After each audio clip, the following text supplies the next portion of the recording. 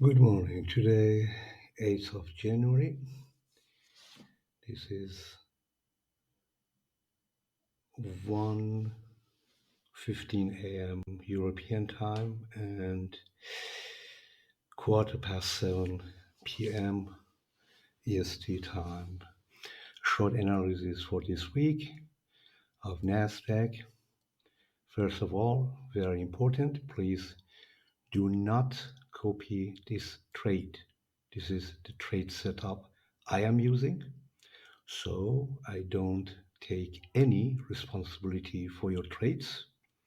It is just the trading idea I am documenting for myself, also to watch later, but on the same time, in spirit of Tradingview and trading idea publishing, other traders can take a review of it and maybe to take some decisions and gain some benefits. But I am not taking any responsibility for no one's trade, only for my own. And if you are trading, always use stop orders. So we begin with NASDAQ. In my previous video of Bitcoin, the similar this week is starting week. The most important days are beginning by Wednesday, and there we have this week also three very big market movers of the bond and yield markets. The bond auctions on Wednesday, Thursday, and Friday. So therefore, keep eye also on treasury notes and bonds because their moves will affect the US dollar and also the share market directly or indirectly, but they are very important. Now, let's begin. We see here that we are based on my analysis and my trading system in a clear short-term downtrend we had on Friday of this week. A very nice bear trap as the market reached 16,222 from the all-time highs of beginning in the last year at around 16,997, missed the 17,000, but from there the market started its uptrend. We see here that because of the low value and low volume of the highest high levels, we see that the market is not able of making higher highs. Instead, the market built a very low volatility consolidation before the market fell sharply. And then from this time, we see that the market is making lower highs and also low lows. Therefore, I am trading only and only in direction of the trend. Why? Because the trend is your friend. So there are many traders, many different trading styles, and of course, here and there, based on what time frame you are trading in or trading on, you might be wrong, while on hourly time frame or here on 5 minute time frame, I am short. Possibly your setup is long on lower time frame or another. So there is no reason also to mention that a trader is wrong or a trader is right. Why? Because we trade always very subjective from different point of views. And this is of course not a competition. This is not a world championship or Olympics for the traders. It's just a trading platform that the traders together publish and share their trading ideas and expect that here and there they support each other. So this is the spirit I'm following and I'm convinced of. Back to the analysis, the close of the last week, Friday, was low, below the point of control of the monthly profile.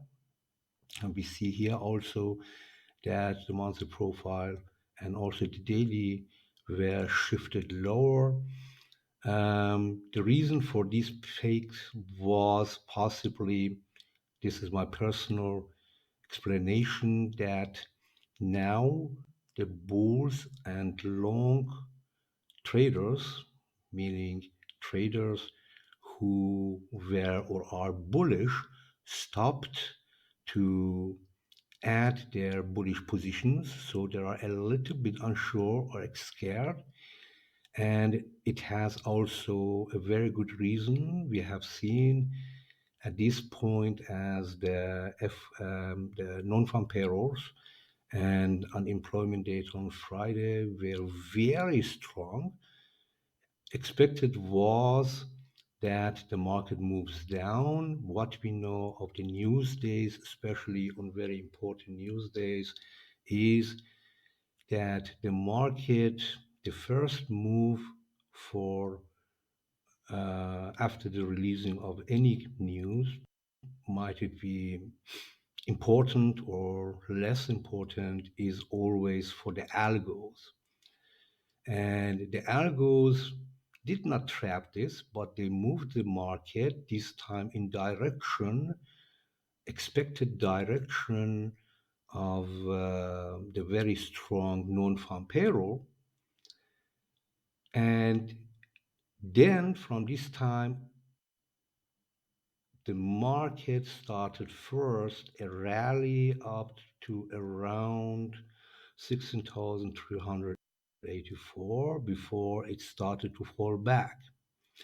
Well, many questions, many theories. The fact is that the price is always right. The data were negative for stock market and NASDAQ, but very positively for the US dollar. But the market first started to discount this move.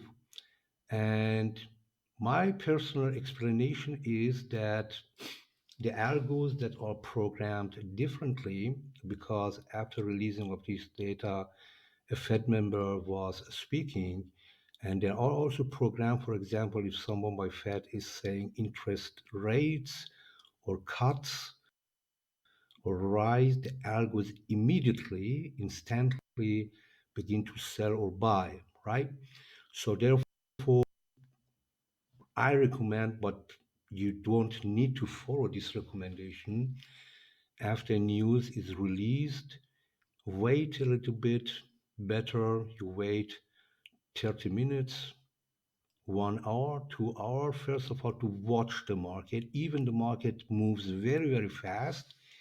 And this was the trap that a lot of people, possibly scalpers or day traders, started to buy the market. Then some were very unsure because the market, the algos had the bearish direction, and instead then they started to move exactly at the time as the Fed members started to give some interviews, and exactly then the market started to rise up very, very fast before, and many late bull traders jumped into that trade before they really realize what they are doing, and the market started the next sell-off until the close, and the market closed on Friday very low, on the low level.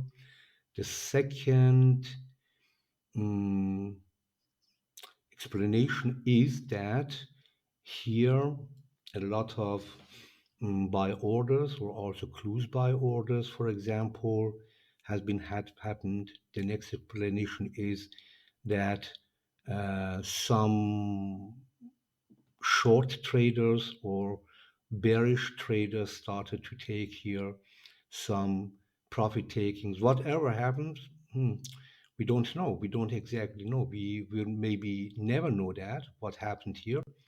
The fact is that the price moved in a bearish trend or short-term bearish trend higher, and then it started then to fall again. And therefore, I am a trend follower. I just follow the price. I don't care what news are released. I'm personally very interested in economic and global fundamental analysis, but I'm doing that just for fun. Here and there, of course, there are some major key days that I'm focused to, but generally 99% of my trading style is just based on trend following. So maybe it is not interesting for day followers. I'm respecting that, but I expect also that those day followers also expect this, that I am a trend follower and there is no one wrong or no one right. Your account balance tells you at the end of the day, at the end of the week, at the end of the month, and at the end of the year, if you are right or you have been wrong. If your account is growing more and more, then of course the trading style is exactly what you have and benefiting of, and you are right with your trading style. So this is now a review of the last week before I go ahead for this week analysis. I will now zoom this chart a little bit more. And we see we are in an uptrend, especially if we go now to a higher time frame.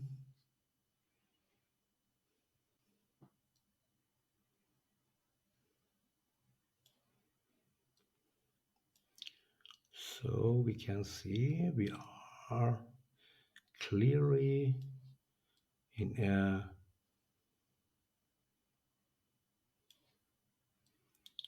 very strong uptrend. We see here that on the same time as the US dollar started to bull, the dollar started somewhere from here, from the end of August, especially in September, October, to bull extremely. And that was fundamentally the reason that we had a big correction here. And on the same time, the market tried to fill the gaps beside, because if we look at this side again and we go back, we see we had a lot of gaps to fill. So we are definitely in a bullish trend. Amazing is that now if the market reaches that level at around 15,850, it's becoming critical to the bulls. If this level is broken, then we will go down first to 200 daily EMA at 14,830, and then the next or the last resort for the bulls will be at around 14,200. And this point is very, very critical, as we have also this year the US elections. And the current state of the market is that we are going down. Now, if the market is rising 100 or 200 higher, please don't tell me, oh, your analysis is wrong. You told us that the market is going down, but is going up. Oh, yes, exactly. And I told you at the beginning of video, I'm not taking any responsibilities for you. Trading is change, and trading is no straight highways. You cannot expect to take a trade, let's say bullish or long. You buy and expect that the market goes only higher and higher and higher and higher. The same is as you are also bearish. So trading is change. It doesn't matter on which time frames you are. If you're a day trader, scalper, or trend follower, we always have ups and downs in the market. And if you don't understand it, then try to understand it. So we are definitely in a bullish trend. The market needs to fill the gaps between 16,000, so between 15,984 and 15,857. If breaking that, the next level is 15,775 to 15,501. If breaking that, the market goes down to 15,428. The gap low at this level is 15,131. The next level will be 15,058, and the low will be then 14,865. And finally, the next gap in the in the bullish territory is downward 14,672, and the low of this gap is at around 14,406. And of course, we have also upsides, gaps to fill. So we will have the same problem exactly as we had in 2023. The market is stuck between two different gap areas, and the first one to fill is the low is 16,673, and the upper gap is at 16,834.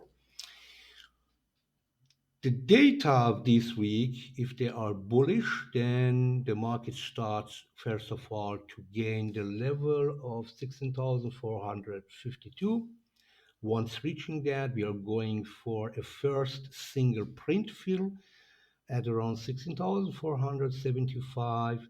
The next level, if conquered successfully, 16,571. The next one, 16,612. The next one, 16,649. This will be very difficult to be reached because the um, buying volume or power is decreasing at this level.